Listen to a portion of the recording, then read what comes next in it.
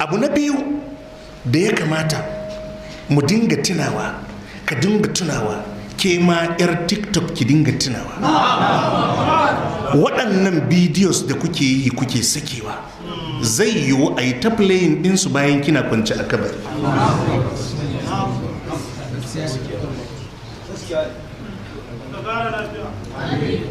Waɗannan bidiyos da kuke yi kuna baƙaƙen asha, kuna rawa, kuna nuna tsiraicinku. Baiwar Allah, za a zo a saka wannan abun ana gani a lokacin kina kwanci a kabari. Ba kya tsoron haka? Ba kya tsoron haka ya faru?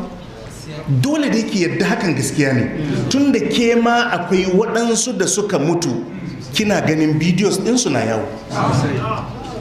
yan fim nawa suka mutu ga sunan bidiyos ɗin suna yawo, malamai nawa suka mutu ga bidiyos ɗin yana yawo.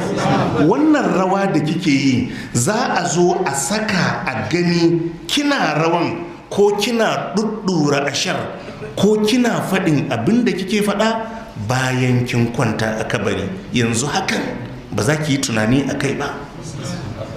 Yanzu hakan ba za ku yi tunani a kai ba? Kar ki bar baya da ƙura.